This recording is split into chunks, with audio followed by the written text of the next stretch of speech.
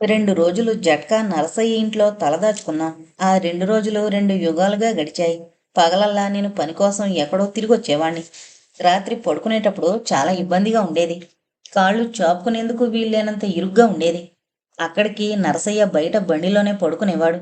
2 రాత్రుళ్ళు గడిచిపోయాయి. నా వద్దున్న డబ్బయిపోయింది. పని మాత్రం దొరకలేదు. రేపు గడవడం ఎలా అన్న సమస్య మళ్ళీ మొదలైంది. మరో కొత్త సమస్య తలెత్తింది. అక్కడి వారు మమ్మల్ని గురించి రకరకాలుగా అనుకోవడం, చెవులు కొరుకోవడం గమనించకపోలేదు. ఎవళ్ళో నీ ఇంట్లో ఉంటున్నారెందుకు అని చాలామంది నరసయ్యను ఆరాలు తీశారు. కావలసిన వాళ్లే అని సర్ది చెప్పాడు. నరసయ్య కూడా అలాంటి ప్రశ్నలు తలెత్తకముందే నిజం చెప్పేయడం మంచిదనుకున్నాను.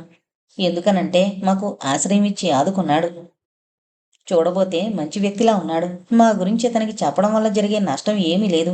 దాచిపెట్టినందువల్ల ఎన్నో అనుమానాలు, అనర్థాలు జరగచ్చు. అందుకే నరసయ్యకు నిజం చెప్పేశాను. విని ఎంతో జాలిపడ్డాడు. పని దొరికేంత వరకు తన గుడిసెలోనే ఉండమనన్నాడు. మొహమాట పడకుండా ఉన్నదానిలోనే తల ఇంత తిందామన్నాడు. నువ్వు నా కొడుకు లాంటి వాడివి అని ప్రేమగా వెనునిమిరి ధైర్యం చెప్పాడు. ఆ క్షణంలో అతనిలో దేవుని చూశాను. పారిపోతున్న ధైర్యం అతని మాటలతో నిలదొక్కుంది. అయినా రాత్రుళ్ళు సరిగ్గా నిద్రపట్టేది కాదు. తెగని ఆలోచనలు. ఉద్యోగం లేదు, పని లేదు. ఏదో నరసయ్య పుణ్యమా అని 4 మెతుకులు తింటున్నాను. ఇహ లాభం లేదని నా చిత్రకళను ప్రారంభించాను. ఎన్నో పత్రికాఫీసులు తిరిగాను. అప్పటికి ప్రతి పత్రికలోనూ ఒక్కో ఆర్టిస్టు ఉండిపోయాడు. ఇక నాలాంటి కొత్త వాళ్లకు అవకాశం ఎలా దొరుకుతుంది? ఇంతలో నరసయ్యకు ఒంట్లో సుస్థి చేసి పనిలోకి వెళ్ళలేకపోయాడు. ఇల్లు గడవడం గగనమైపోయింది. అక్కడికి ఆమె ఉన్నదాంట్లోనే పొదుపుగా వండి పెడుతోంది. ఆమెకు నేనేదో చెయ్యాలనుకున్నాను, కష్టపెట్టకూడదు అనుకున్నాను. కానీ కాలం కలిసి రావడం లేదు. నా ప్రయత్నాలు ఫలించడం లేదు. అయినా పోరాడుతున్నా జీవితంతో. ఆ రోజు కోసం ఎదురుతిన్నులు చూస్తున్నాను, ఆశగా ఆపగా. రేపు ఏం జరుగుతుందో తెలియని పరిస్థితి. ఆ రోజు చెవులకున్న రింగులు పొట్లం గట్టిచ్చింది. ఇవి తీసుకెళ్ళి అమ్మండి. వచ్చిందాంతో సరుకులు పట్టుకురండి. అలాగే తాతకు పళ్ళు, రొట్టె తీసుకురండి అంది. వాటిని చూస్తూనే పాము పిల్లల్ని చూసినట్లు అదిరిపోయాను. ఎప్పుడో తను అనుకున్నది ఈనాటికి ఆచరణలోకొస్తోంది. ఛ! తనెంత అసమర్థుడు! నా మీద నాకే వెగటు పుట్టింది. తపదు, ఎంతకంటే మార్గం లేదు. మనసు మూగగా రోదించింది. క్షమించండి, మీకేదో సహాయం చేద్దామనుకున్నాను. కానీ అదృష్టం ఇలా వక్రించింది. నేను అసమర్థుణ్ణి. నా గొంతు పెగల్లేదింకా. మీరు అనవసరంగా బాధపడకండి. పరిస్థితులు కలిసి రానప్పుడు ఎవరమూ ఏమీ చేయలేం. నన్ను ఓదార్చాలని అన్నది. ఎన్నో అనుకున్నాను. ఏమీ చేయలేకపోతున్నాను మీకు. నా జీవితాన్ని నిలబెట్టారు. ఎంతకన్నా ఏం కావాలి? ఏ రోజు ఎలా జరుగుతుందో చూస్తూ ఊరుకోక ఇప్పుడు మనం చేయగలిగింది లేదు. ఏదో ఒక దారి దొరకపోదు. మీరు దిగులు పెట్టుకోకండి. నిజానికి నా గురించే మీకిన్ని కష్టాలు. అలా మాత్రం అనద్దు. నా గురించి నాకు బాధ లేదు. మొదటి నుంచి ఇలాంటి పరిస్థితులు నాకు అనుభవమే. ఎన్నో ఆశలు పెంచి మిమ్మల్ని తీసుకునొచ్చాను. అదే నా బాధ. నేనా ఇప్పుడు హాయిగా సంతోషంగా ఉన్నాను. నా గురించి మీరు అనవసరంగా వర్రీ కాకండి. ఆమె వివేకం కలది. పరిస్థితులను అవగాహన చేసుకోగలదు. అందుకే అడక్కపోయినా తన చెవిరింగులు తీసిచ్చింది. 200 పైచిలుకే వచ్చింది వాటిని అమ్మగా. కాగితాలు. ఇవి మనుషుల జీవితాల కన్నా, ప్రాణాల కన్నా విలువైనవి. ఎవరు ఆపాదించారు వీటికింత విలువ? మంచితనం, మానవత్వం, న్యాయం, ధర్మం సాధించలేని కొన్ని పనులు ఈ కాగితాలు సాధించగలవు. ఓ, ఎంత అదృష్టం వీటికి! పిచ్చిగా నవ్వుకున్నాను ఆ నోట్లను చూసి. కొద్ది కొద్దిగా సామాన్లు, సరుకులు తెచ్చాను. నరసయ్యకు పళ్ళు, హార్లిక్స్ కూడా తెచ్చాను. మాకింత సహాయం చేశాడు. అతని రుణం ఎలా తీర్చుకునేది? మరో 2 రోజులకు అతను లేచి తిరగగలిగాడు. ఆమె చెప్పలేక చెప్పింది. ఇంకా ఎక్కువ రోజులు ఇక్కడ ఉండడం బాగుండదు. ఇరుగు పొరుగు వాళ్ళ దృష్టిలో తేలికైపోతాం. ఏదైనా చిన్న గది చూడండి. అక్కడకు వెళ్ళాక ఏదో ఒక పని చేసుకోవచ్చు. నిజమే, తనంటే మగాడు, బయట తిరుగుతాడు. ఆమె ఆడది. ఇరుగు పొరుగులు ఎన్నెన్ని ప్రశ్నలు వేస్తున్నారో, ఎలా బాధిస్తున్నారో ఆ విషయం ఆలోచించలేదు తను. అందులో మాలాంటి వాళ్ళు ఆ మురికి వాళ్ళ ఉండడం ఎందరిలోనో ఆసక్తి రేపింది. ఎన్నో అనుమానాలు. అందుకే అక్కడి నుంచి వెళ్ళిపోవాలని నిశ్చయించుకున్నాను. అద్దె 20 అయినా గది బాగుంది. సాయంత్రమే ట్రంకు, బెడ్డు తీసుకుని కొత్త గదిలోకి చేరిపోయాం. వచ్చేటప్పుడు నర్సయ్యతో అన్నాను. నువ్వు కూడా మాతోనే ఉండు రా తాత. ఒక్కడివే ఏం చేయకాల్చుకుంటావని. పర్వాలేదు బాబు. ఇది ఒక్కనాటితో పోయేది కాదు. బ్రతికినంతకాలం తప్పదు. ఇక్కడైతే నా గుర్రానికి, బండికి జాగా ఉంది. అప్పుడప్పుడు వస్తూనే ఉంటాను. దిగులు పడకండి అంటూ ధైర్యం చెప్పాడు. 10 రోజులు గడిచిపోయాయి. ఆమెలో చాలా మార్పొచ్చింది. మునుపటి బేలతనం, నిరుత్సాహం మటుమాయమయ్యాయి. ఎంతో ఉత్సాహంగా, చలాకీగా నేను బొమ్మలు గీస్తుంటే పక్కన కూర్చుని తెలివిగా సలహాలిచ్చేది. ఏవో జోక్స్ చెబుతూ హాయిగా నవ్వించేది. ఈ మార్పు ఎలా సంభవమా అని ఆశ్చర్యపోయాను. నిజానికి ఆమెకు బ్రతకాలనుంది. బ్రతుకు మీద తీపి చావలేదు. పరిస్థితులు ఆమెనలా చేశాయి తప్ప ఆమె చాలా ధైర్యవంతురాలు. లేకుంటే తనను నమ్మి తనతో వచ్చేదా? మరో ఆడపిల్లయితే. నన్ను పూర్తిగా విశ్వసించింది. నాపై గల నమ్మకాన్ని, ఆ ఆదరణను నిలుపుకోవాలని నేను ప్రయత్నిస్తున్నాను. నేను బొమ్మలు గీస్తే ఆమె రంగులు దిద్దేది. పర్వాలేదు, జీవితం కొద్దిగా గాడిలో పడింది. ఈ 10 రోజుల్లో మేం బాగా కలిసిపోయాం. ఆమె తన బాధను మరిచిపోయి మామూలుగా ఉన్నందుకు ఆనందించాను. ఈ మాత్రమైనా ఆమెను తృప్తిపరుస్తున్నందుకు గర్వపడ్డాను. ఆమెను గురించి ఎన్నో ఆలోచనలు నాలో. ఆమె కోసం ఎందుకింత శ్రమ పడుతున్నాడు తను? ఆమె నుండి ఏమి ఆశిస్తున్నాడు? ఆమెపై జాల, సానుభూత? కాదు. అది కాదని తన మనసుకు స్పష్టంగా తెలుస్తోంది. మరేంటి? రోజురోజుకు ఆమెపై ఇష్టం కలుగుతోంది. ఆమె నవ్వినా, మాట్లాడించినా, నడిచినా ఏదో కొత్తదనం గోచరిస్తోంది తన కళ్ళకు. తన మనసు ఏదో కావాలని ఆరాటపడుతోంది. అమాయకమైన ఆమె ముఖారవిందాన్ని తాకాలనిపిస్తోంది. ఒక్కసారి ఆ శుతిమెత్తని శరీరాన్ని హృదయానికి హత్తుకోవాలనిపిస్తోంది. ఏంటి తపన? ఏమంటారు దీన్ని? ప్రేమ? ఇదేనా ప్రేమంటే? దీని స్వరూపం ఇదేనా? తనకు తెలీదు. తన 22 జీవితంలో ఎటువంటి ప్రేమకు నోచుకోలేదు. ఆ అనుభూతులు తాను ఎరుగడు. ఒకవేళ అంతర్గతంగా ఆమెను ప్రేమిస్తున్నానేమో. మరెందుకీ వ్యామోహం? తనను గురించి ఆమె అభిప్రాయాలు ఎలా ఉన్నాయో, ఏమనుకుంటుందో ఆమె తెలిస్తే ఎంత బాగుండును. ఏదో కావాలని ఆరాటపడే పిచ్చి మనసును ఎంతో నిగ్రహం మీద అదింపెట్టేవాణ్ణి. ఆ రోజు నేనొచ్చేసరికి తలుపు దగ్గరగా వేసుంది. వంట చేస్తుందేమోనని తలుపు నెట్టుకుని వెళ్ళాను. అక్కడి దృశ్యం చూసి గిరుక్కున వెనుతిరిగి బయటకొచ్చాను. ఛీ! ఆమె ఏమనుకుంటోంది? స్నానం చేసింది కాబోలు. ఉన్నది ఒక్క చీర, పిండి ఆరేసింది తన లుంగీ చుట్టుకుని. ఛీ! ఎంత పొరపాటు జరిగింది! సిగ్గుతో కొన్ని క్షణాలు నా మనసు చితికిపోయింది. తప్పుగా అర్థం చేసుకుంటుందేమోనని బాధపడ్డాను. ఆమెకున్నది ఒక్కటే చీర. ఎన్నాళ్ళు తను గమనించలేదు. అలాగే బజారుకెళ్ళి చీపులో ఒక చీర తీసుకున్నాను. ఇంటికి తిరిగొచ్చేసరికి ఆమె నవ్వుతూ ఎదురొచ్చింది. నా మనసు కొద్దిగా కుదుటపడింది. ఆమె ఏమీ అనుకోనందుకు. క్షమించండి, మీరు స్నానం చేస్తున్నట్లు తెలీదు అన్నాను నాంచుకుంటూ. నవ్వింది గాని మరేం అనలేదు. నేను తెచ్చిన చీర ఆమెకిచ్చాను. చాలా బావుంది అని మెచ్చుకోలుగా చూసింది. నిజం చెప్పద్దు, నాకు ఆ క్షణం చాలా ఆనందమైంది. తృప్తిగా నిట్టూర్చాను. మరి కొన్నాళ్లు గడిచిపోయాయి. మేము సుఖంగా బ్రతకడం ఆ దేవుడికి ఇష్టం లేదు కాబోలు. విషాదాన్ని కుమ్మరించాడు. కష్టాల్లో ముంచేశాడు. నా చేతి బొటనవేలుకి గోరుచుట్టు లేచింది. జీవనాధారమైన చిత్రకళ మూలన పడింది. దేవుడు ఎందుకింత పగబూనాడు? ఏంటి మా నేరం? రేపటి గురించి మళ్ళీ దిగులు. ఆమె ప్రయత్నించింది బొమ్మలు గీయడానికి. నాకు జాలేసింది ఆమె అవస్థకు. నా వేలు బాగా వాచిపోయింది. ఒకటే సలపరం. ఆ 1 రోజులు నరకాన్ని చూశాను. ఎన్నో పొస్తులు. ఆమె ఉద్యోగానికి ప్రయత్నించింది. అదృష్టవశాత్తు ఓ ప్రైవేట్ స్కూల్లో టీచర్ పోస్టు దొరికింది. Leave vacancy 2 నెలలేనట. చేరిపోయింది. నాకు చాలా బాధేసింది. సుఖపెడతానని, జీవితాన్ని చక్కదిద్దుతానని చెప్పి తీసుకొచ్చి తను చేస్తుందేమిటి? ఆమె చేత ఉద్యోగం చేస్తున్నాడు.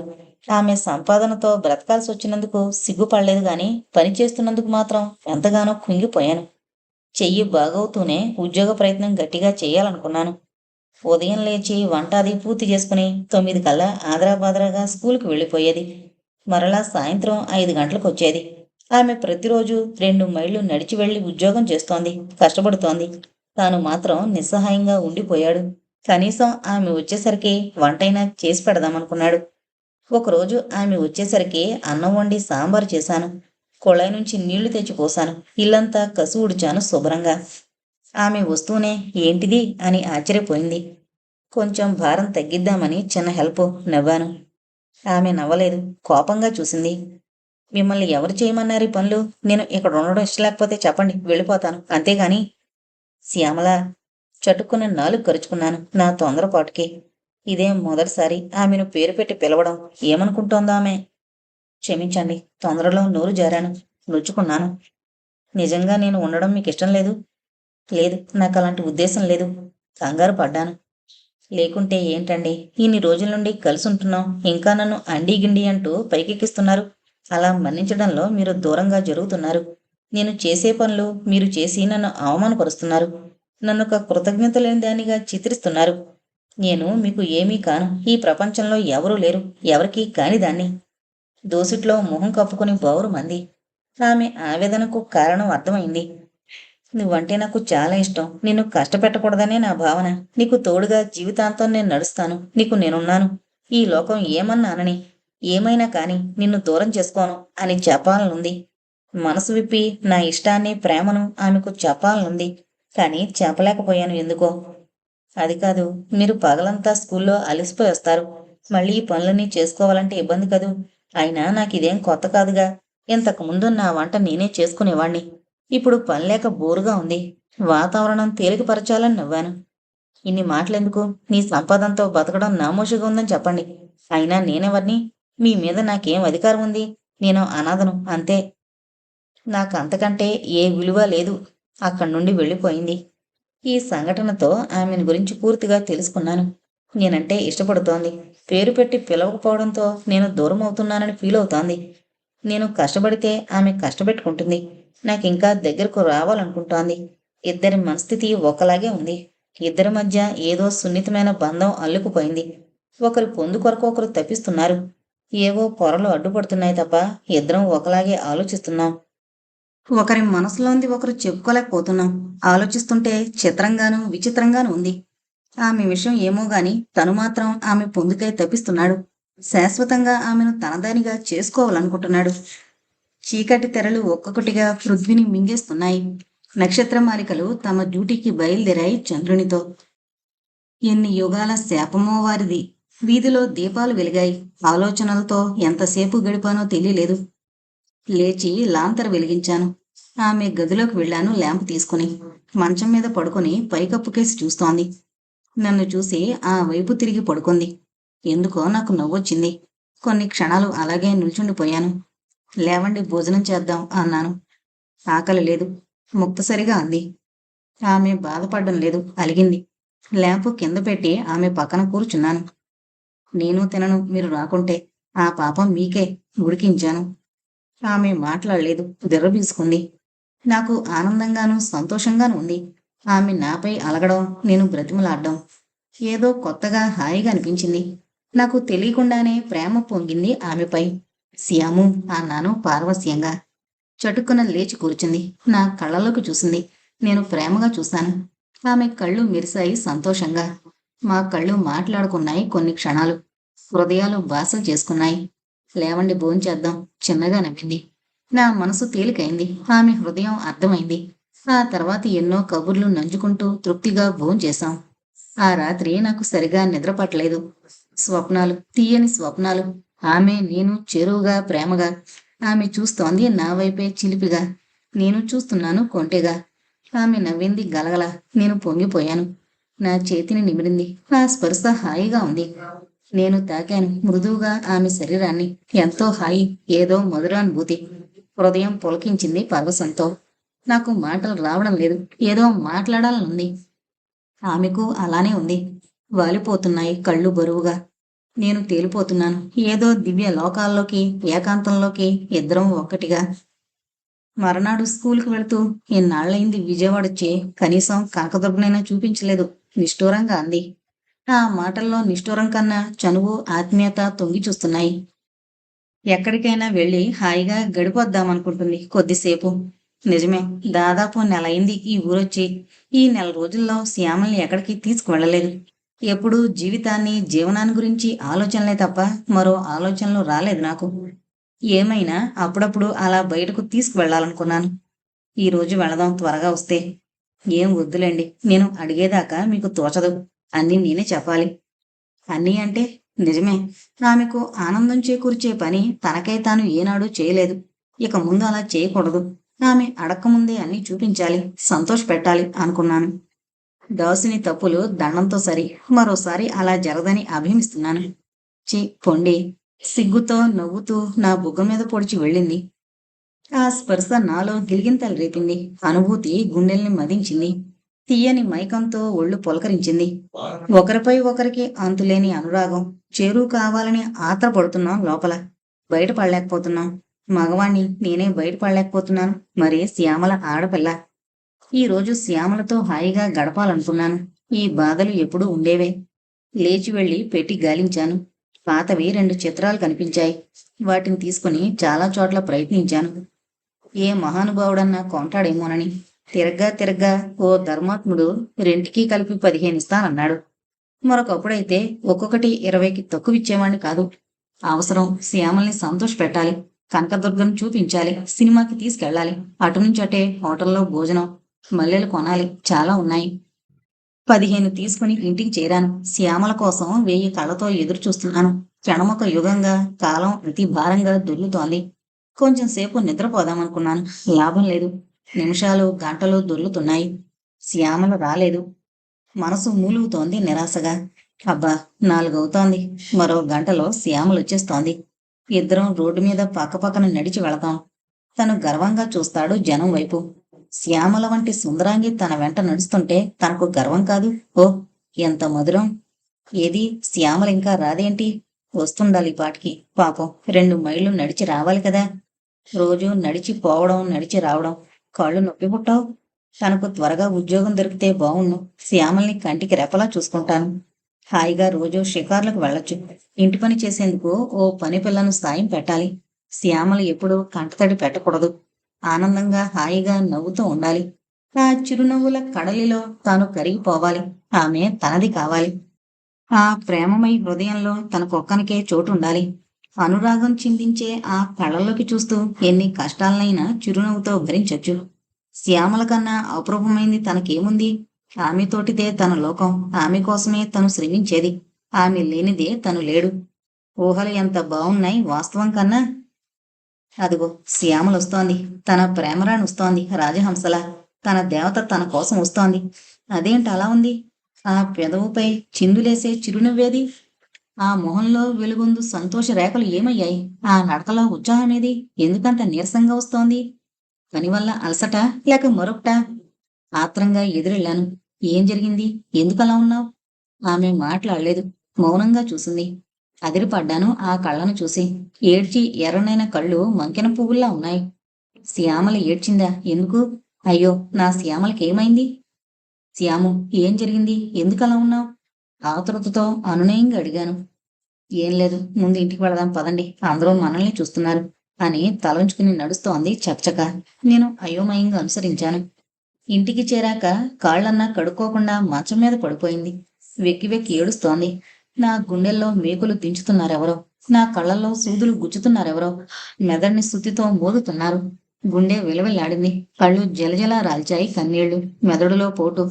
శ్యామల ఏడుస్తోంది. ఎందుకు? తను భరించలేడు. ఆమె కంటతడి పెట్టుకోకూడదు. ఆమె నవ్వాలి. మల్లె కన్నా స్వచ్ఛంగా, వెన్నెల కన్నా చల్లగా. అందుకోసం తను ఏమైనా చేస్తాడు. ఇది నిజం. శ్యాము, ఏం జరిగింది? నిన్ను కష్టపెట్టిన దుర్మార్గులెవరు? చెప్పు శ్యాము, నీ దుఃఖానికి కారకులెవరు? నా ఆవేశం చూసి ఆమె కళ్ళు ఆశ్చర్యంగా, ఆనందంగా మెరిశాయి. చటుకున నా చేతిని తీసుకుని తన పెదవులతో స్పృశించింది. 2 కన్నీటి బొట్లు నా శరీరాన్ని తాకాయి. చాలు, నాకీ సంతోషం చాలు. నా కోసం బాధపడేందుకు, నా బాధల్లో పాలు పంచుకునేందుకు మీరున్నారు. నాకు చాలా ఆనందంగా ఉంది. మీరు తోడుంటే ఎన్ని కష్టాలైనా చిరునవ్వుతో భరిస్తాను. నా జన్మకి భాగ్యం చాలు. శ్యాము, నా కంఠం ఉడికింది. నా కళ్ళల్లో నీళ్లు నిలిచాయి అప్పటికే. అంతే, ఆమెను దగ్గరకు తీసుకుని హారతిగా హృదయానికి హత్తుకున్నాను. చెక్కిలిపై, కనురెప్పలపై, కంఠంపై ముద్దుల వర్షం కురిపించాను. ఆమె ఉక్కిరిబిక్కిరైంది సంతోషంతో. ఇరువురి కళ్ళు ఏడుస్తున్నాయి. అతీతమైన పరిస్థితుల్లో మాటలు రాక ఒకరినొకరం గాఢంగా హత్తుకుని అలాగే ఉండిపోయాం కొన్ని క్షణాలు, నిమిషాలు. ఏంటి చిత్రం? మనసు దేంతో తయారవుతోంది? పిడికెడు మనసుకు ఎన్ని బంధనాలు, ఎన్ని అనుభూతులు. అందరికీ ఉంటుందా ఇలా? తనకేనా? ఏంటి మనసు గారడి? ఎందుకిలా చేస్తోంది? అబ్బా, ఈ కాసింతే మనసుకు ఎన్ని పొరలు! ఆలోచిస్తే అన్నీ చిత్రమే. 10 నిమిషాల తర్వాత, శ్యాము, ఏం జరిగింది? మోముపై ముసిరిన ముంగురులను సర్దుతూ అడిగాను ప్రేమగా. ఏం లేదు, ఏదో గుర్తొచ్చింది అంతే. లేదు, నువ్వు అబద్ధం చెప్పినా నీ కళ్ళు నిజాన్ని దాచలేకపోతున్నాయి. ఏదో దాస్తున్నావు కదూ. కొన్ని క్షణాలు తటపటాయించింది. ఎలా చెప్పాలని. పర్వాలేదు, చెప్పు. నేను నీవాడను. మనిద్దరం ఒకటే. దాపరికాలు ఉండకూడదు. బిడియం అసలే పనికిరాదు. చెప్పు శ్యాము, ఏం జరిగింది? బలవంతం చేసిన తర్వాత మెల్లగా అంది. నాకు ఉద్యోగం పోయింది. శ్యామల ఉద్యోగం పోయిందా? ఎందుకు? 2 నెలలుంటుంది అందే. సెలవు పెట్టినామె తిరిగొచ్చిందేమో. దీనికింత బాధెందుకు? కాదు, ఏదో జరిగింది. లేకుంటే శ్యామలింతగా బాధపడదు. ఏం జరిగిందో అడిగితే మరింత బాధపడుతుంది. మౌనంగా ఉండిపోయి మళ్ళీ అన్నాను తేలిగ్గా నవ్వేస్తూ. ఓస్, దీనికేనా ఇంత బాధ? పోతే పోయింది, మరొకటి దొరుకుతుంది. ఇక ఆ విషయాన్ని గురించి మరిచిపో. అది కాదు, ఏదో చెప్పాలని చెప్పలేకపోతుంది. నేనేమీ అనలేదు, తనే అంది. వాడొచ్చాడు. ఎవరు? వాడే, రాస్కెల్ మంజీర్. ఉలిక్కి పడ్డాను వాడి పేరు వినగానే. ఇక్కడ కూడా వచ్చాడా? ఏం పని? శ్యామలకు కనిపించాడా? ఏమన్నా అన్నాడా? ఎంత ధైర్యం వాడికి? అసలు వాడి ఉద్దేశం ఏమిటి? ఎందుకిలా వెంటాడుతున్నాడు? ఇక్కడున్నట్లు ఎలా తెలిసింది? ఎక్కడ కనిపించాడు? ఎలా తెలుసుకున్నాడో? స్కూల్కి వచ్చాడు. హెచ్ఎంతో ఏదో చెప్పాడు. దుర్మార్గుడు, ఎంతకు తెగించాడు? వాడు ఏమేమో నా గురించి చెప్పాడు. ఆమె నమ్మింది. నా ప్రవర్తన మంచిది కాదని నిందించింది. ఎంతో నచ్చజెప్పబోయాను. నా మాటలు వినిపించుకోలేదు. ఉద్యోగం తీసేసింది. హ్మ్, ఈ లోకమే అంతా. చెప్పుడు మాటల వైపే మొగ్గుతుంది. కళ్ళున్న నిజాన్ని చూడలేరు. మనిషిని మనిషిగా అర్థం చేసుకోలేరు. నువ్వేం బాధపడకు, నేనున్నాను. ధైర్యం చెబుతూ వెను నిమిరాను. ఉద్యోగం పోయినందుకు నాకు బాధ లేదు. నిజానిజాలు తెలియకుండా పొదుగురులో నోటికొచ్చినట్టు పేలింది. వాడు ఏదో డొనేషన్ ఇచ్చాడట. వాడి మాటలు నమ్మి నన్ను తీవ్రంగా తోలనాడింది. పిల్లలంతా నేనే కావాలని అన్నారు, అయినా వినిపించుకోలేదు. సాటి టీచర్స్ మధ్య నన్ను చాలా నీచంగా. పోనీలే, ఏమీ జరగలేదనుకో. ఆ రాస్కెల్ కనిపిస్తే ప్రాణం తీస్తాను. వాడికి ఏదో ఆటగా ఉంది.